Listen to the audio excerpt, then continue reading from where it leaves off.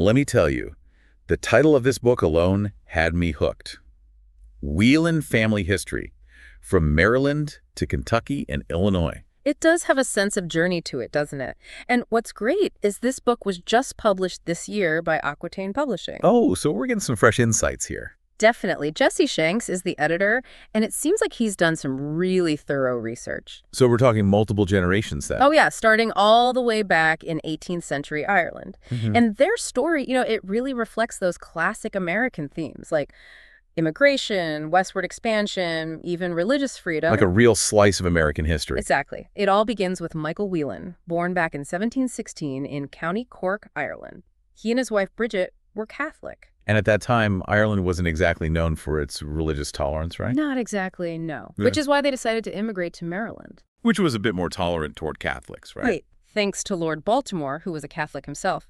He actually established Maryland as a haven for religious diversity. So a bit of a safe haven for them. For a while, anyway. But then, things shifted pretty dramatically. Oh, how so? Well, after the Protestant revolt in England, things got complicated, even in the colonies. Catholics started facing more and more restrictions. So that's where Michael's son, Michael Josiah Whelan Sr., comes into the picture. Exactly. He was born in 1756, grew up in this changing religious landscape, and eventually he decided to head west. With his wife, Grace Tenley. You got it. And Grace's family adds another layer to the story, too. Her grandfather, Philip Tenley, left behind this detailed will that gives us a glimpse into their lives in Maryland. And her brother, Joseph Josiah Tenley, even took an oath of fidelity to the United States during the Revolutionary War. Wow, so they were already deeply rooted in America, but still felt the need to move westward. Exactly. By 1801, we find Michael Josiah Whelan Sr., his wife, and some of his brothers settling in Kentucky. First in Washington County, then 5 of the brothers ended up in Meade County. Now, that's what I call pioneering spirit. It really puts things in perspective, doesn't it? Thinking about those journeys, the challenges they faced. Definitely. And speaking of challenges, we found this really interesting detail in the 1850 Meade County census. One of Michael Sr.'s sons, James, was the head of the household. And the census lists his mother, Grace, as still living with him. At what age? She was 77 years old. That's incredible, especially considering the hardships they must have faced back then. Absolutely. And on a somewhat somber note, the census also lists James's brother Philip as insane. Oh, wow. It really highlights how differently mental health was understood back then. Definitely. It makes you think about how far we've come in terms of our understanding and treatment of mental illness.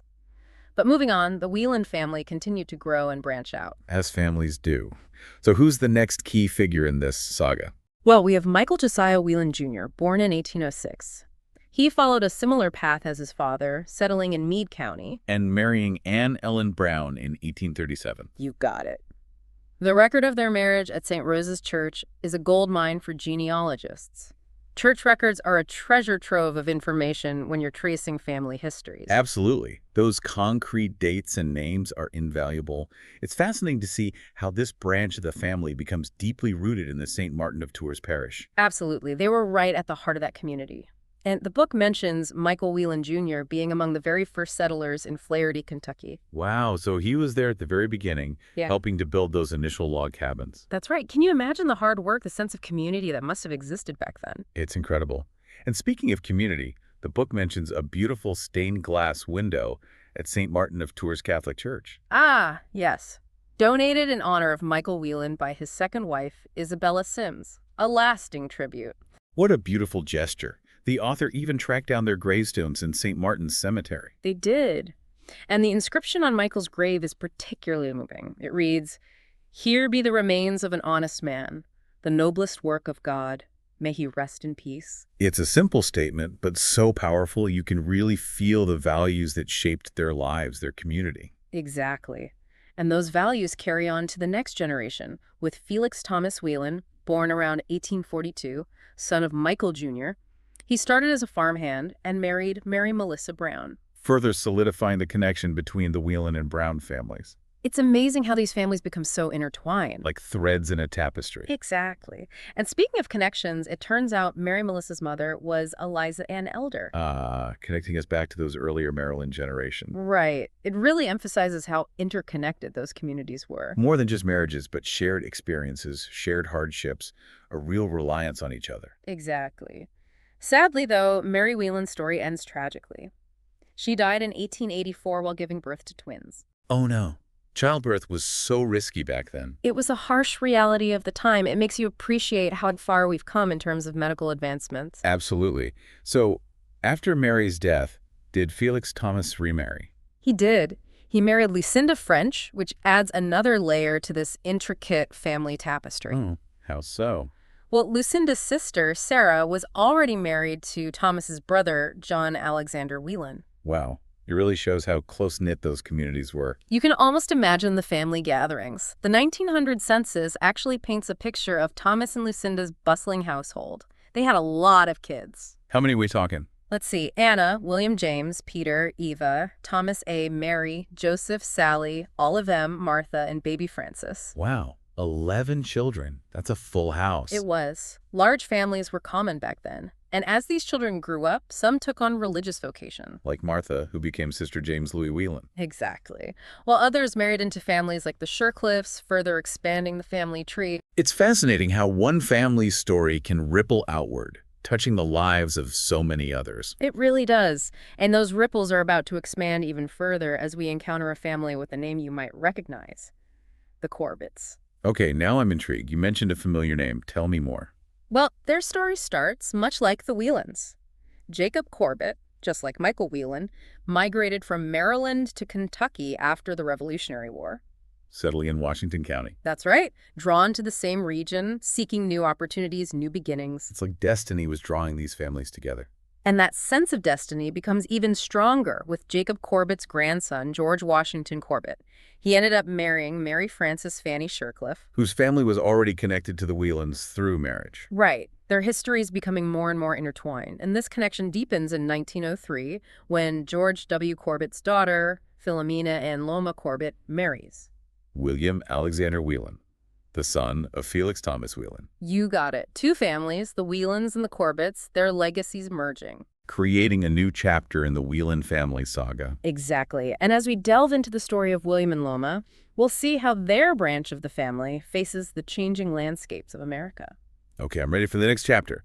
Let's hear about William and Lona's life in Kentucky. Welcome back to our deep dive into the Whelan family history. So last time we left off with this fascinating union between the Whelans and the Corbetts. Right. William and Loma, their branch of the family, really embodies those themes of resilience, faith, and community that we've seen throughout the generations. So tell me, what was their life like in Kentucky? Well, they had a big family, 6 children to be exact. Wow, 6? That's a lot. What were their names? Joseph Patrick, they called him Pat, Raymond Shug, Irvin Preacher, Mary Lottie, Agnes Bernadine Burney, and William Wilson Monk. It sounds like their house must have been pretty lively. Oh, I'm sure. And their story really comes to life in the book. It paints such a vivid picture of their life on the farm, their community, everything. Yeah, I was really struck by how detailed the descriptions were.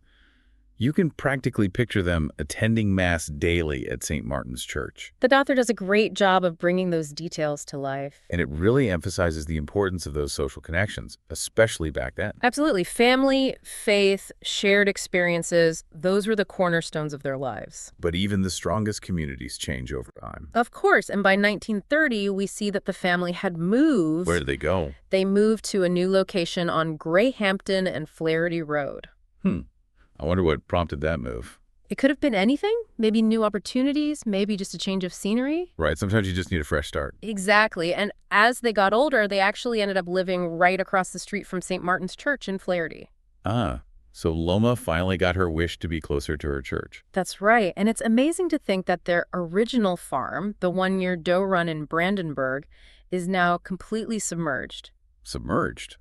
What do you mean? It's now underwater, part of the Doe Valley subdivision. Wow, that's incredible. It's like a physical representation of time passing. It really is a reminder that things are always changing, even the landscape itself. But even as things change, the Whelan family story continues. Yes, we see glimpses of their children's lives, marriages, new families forming. But there's one son, Irvin, whose story stands out, the one who ventured beyond Kentucky. That's right. It seems like he was yearning for something more, something beyond the familiar. So what set Irvin apart? What was his story? Well, Irvin Alexander Whelan, born in 1910, was known for being quite talkative even as a child. Oh, really? Yes, they even nicknamed him Preacher. Preacher, huh? That's fitting. It is, isn't it? And the book paints this really vivid picture of his childhood. What kind of picture? Well, shortly after he was born, the family moved to the Corbett home place.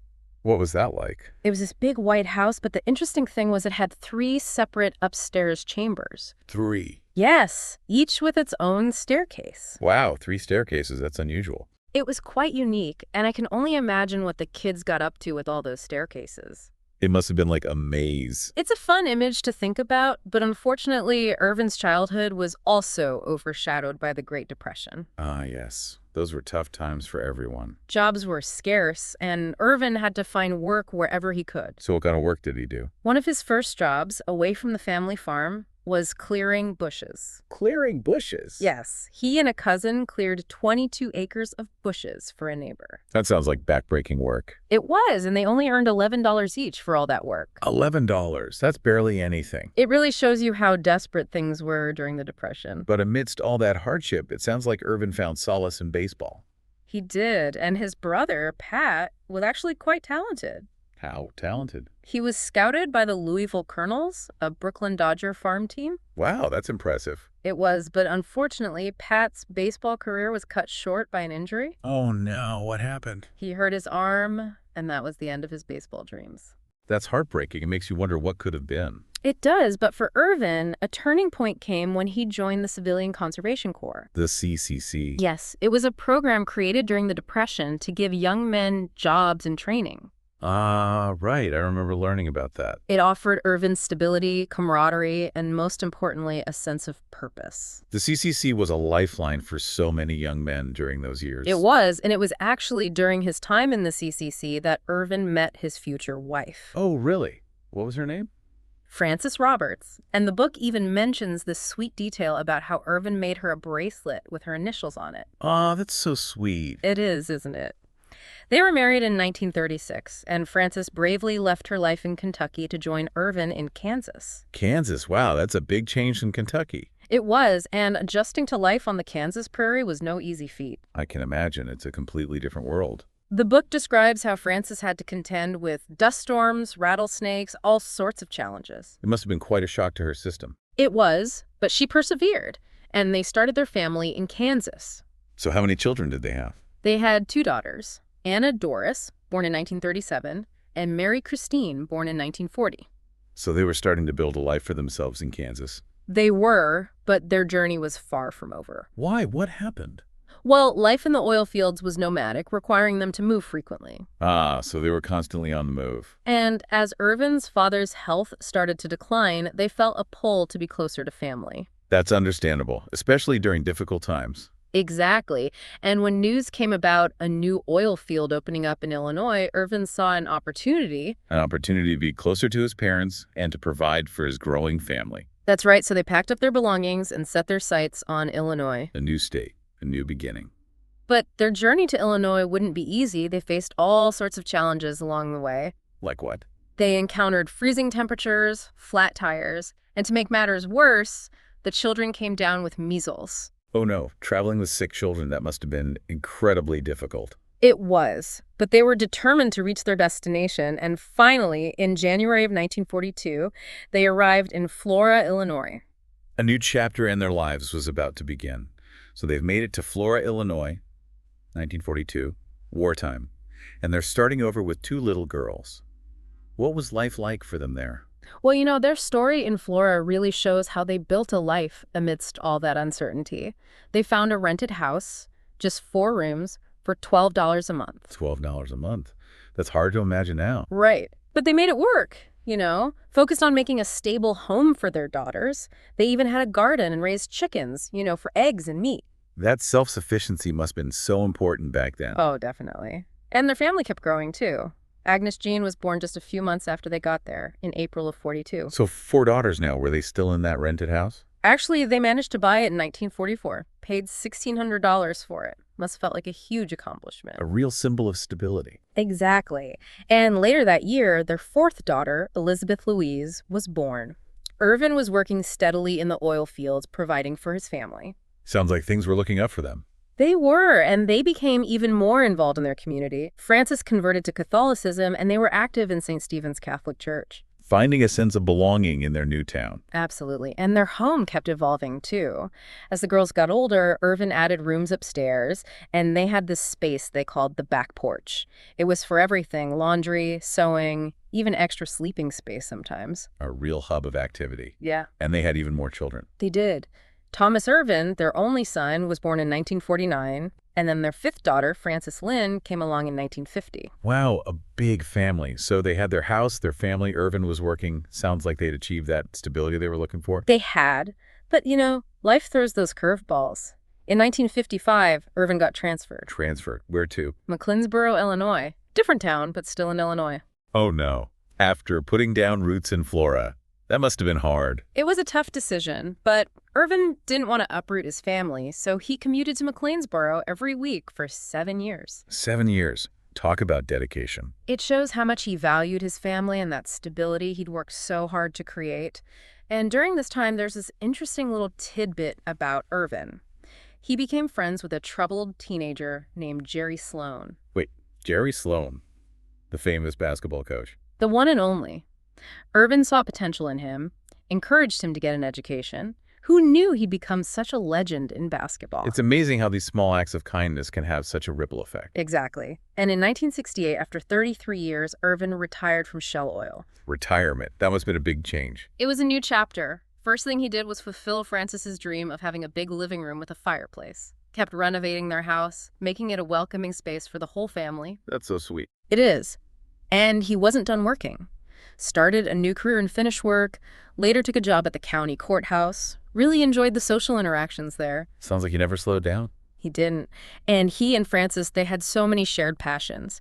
Collected antiques, bottles, even took up ballroom dancing. Ballroom dancing. I love that. Right. They also loved playing pinochle with friends. And once the kids were grown, they started traveling more. Went all over the U.S., Washington, D.C., Ohio, Wisconsin, Florida, even Las Vegas. Living their best life. They were.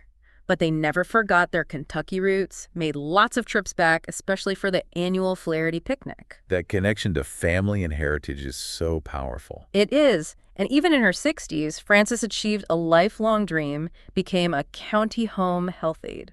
That's wonderful. She always wanted to work in healthcare. Always had that compassionate heart. And they bought a cabin near Trigo Lake, a place for the family to gather, relax, enjoy nature. Creating those special family memories. Exactly. Their story really shows the power of love, family, and community, doesn't it? It does. It's been incredible hearing about Irvin and Frances's journey. We haven't even gotten to their children's stories yet. Each one of them, their 5 daughters and son, they all added their own unique threads to this tapestry. I'm so glad we had the chance to dive into this family's history. It really highlights how each individual life connects to these broader historical events, those themes of resilience, faith, and the importance of community. It's like their story is a microcosm of the American experience with all its challenges and triumphs. What I found particularly moving was how the Whelan family's story, through all its twists and turns, really underscores the enduring power of love, family, and the human spirit's ability to adapt and thrive even in the face of adversity. It's a testament to the strength we all possess, the strength that's often passed down from generation to generation. And for our listeners, if you're inspired by the Whelan story, I encourage you to explore your own family history. You never know what fascinating stories and connections you might uncover. It's like opening a treasure chest filled with forgotten memories and remarkable individuals. Each one of us carries a legacy within us, and uncovering those stories can be a truly enriching experience. Thank you for joining us on this deep dive into the Whelan family history. Until next time, keep exploring.